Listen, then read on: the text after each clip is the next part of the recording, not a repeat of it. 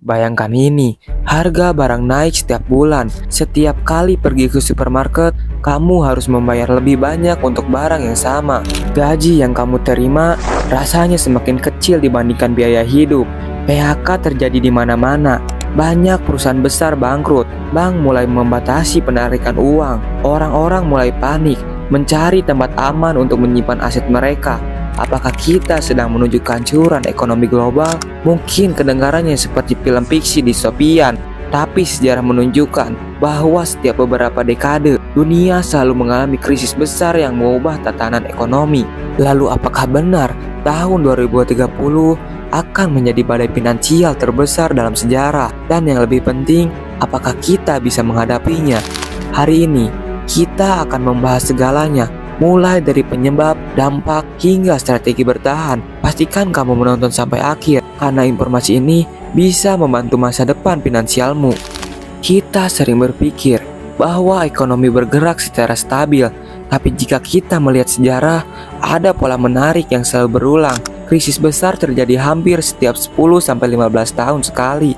Tahun 1989, dunia mengalami Great Depression, krisis ekonomi terbesar sepanjang sejarah. Pasar saham ambruk lebih dari 80%, bank-bank kolaps, dan jutaan orang kehilangan pekerjaan. Tahun 2008, banyak bank besar yang sebelumnya terlalu besar untuk gagal ternyata runtuh karena kredit macet. Efeknya menyebar ke seluruh dunia, menyebabkan resesi global. Tahun 2020, pandemi COVID-19 membuat ekonomi dunia lumpuh, bisnis tutup, jutaan orang kehilangan pekerjaan, dan pemerintah harus mencetak uang dalam jumlah besar untuk menyelamatkan ekonomi. Sekarang, para analisis memperkirakan bahwa tahun 2030 bisa menjadi tahun krisis berikutnya. Mengapa?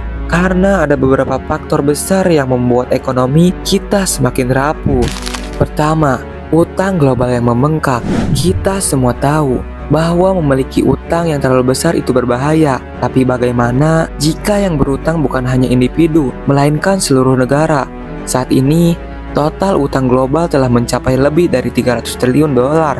Coba kamu bandingkan dengan tahun 2000, di mana utang global hanya sekitar 87 triliun dolar. Itu artinya dalam 20 tahun terakhir, jumlah utang dunia hampir 4 kali lipat lebih besar. Sekarang, bayangkan ini juga. Apa yang terjadi jika suku bunga naik? Negara-negara yang sudah memiliki utang tinggi seperti Amerika Serikat, Jepang, Italia akan kesulitan membayar bunga utang mereka. Itu bisa menyebabkan gagal bayar yang akan memicu kepanikan di pasar keuangan. Krisis 2008 terjadi karena bank gagal mengelola risiko utang. Tapi kali ini yang memiliki utang bukan hanya bank, melainkan hampir seluruh negara di dunia. Kedua, populasi lansia yang membebani ekonomi. Ekonomi membutuhkan tenaga kerja muda untuk tetap produktif. Tapi bagaimana jika jumlah orang tua lebih banyak daripada tenaga kerja aktif? Jepang adalah contoh nyata. Saat ini, lebih dari 28% populasi Jepang adalah lansia, yang berarti lebih sedikit orang yang bekerja dan lebih banyak yang bergantung pada subsidi pemerintah. Cina, akibat kebijakan satu anak di masa lalu, kini menghadapi masalah serupa. Generasi tua semakin besar, sedangkan jumlah anak muda yang memasuki dunia kerja semakin sedikit. Eropa dan Amerika Serikat juga mengalami tren serupa. Semakin banyak lansia yang membutuhkan dana pensiun, tetapi semakin sedikit pekerja muda yang menopang sistem ekonomi. Jika tren ini berlanjut, pemerintah mungkin harus menaikkan pajak atau mencetak lebih banyak uang untuk membayar tunjangan pensiun yang bisa semakin memperburuk inflasi. Ketiga, disrupsi teknologi dan pengangguran struktural. Di satu sisi, kemajuan teknologi adalah sesuatu yang luar biasa dan anugerah. Tapi di sisi lain, apa yang terjadi jika AI dan robot menggantikan pekerjaan manusia?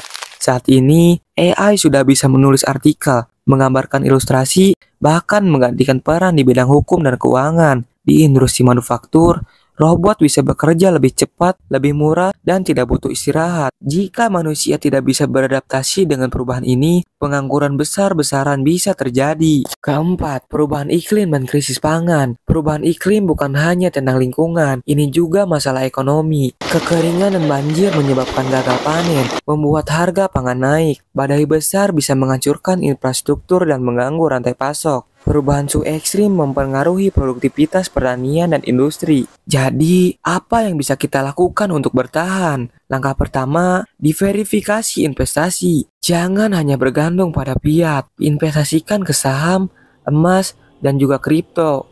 2. Siapkan dana darurat, minimal 6-12 bulan pengeluaran untuk berjaga-jaga. Ketiga, upgrade skill dan adaptasi. Belajar keterampilan baru yang tidak bisa digantikan oleh AI. 4. Kurangi utang konsumtif. Fokus pada investasi jangka panjang. Badai finansial 2030 mungkin belum pasti terjadi, tapi yang bertahan bukanlah yang terkuat, melainkan yang paling siap. Jangan lupa bagikan video ini ke teman-temanmu untuk mendapatkan informasi badai finansial tahun 2030.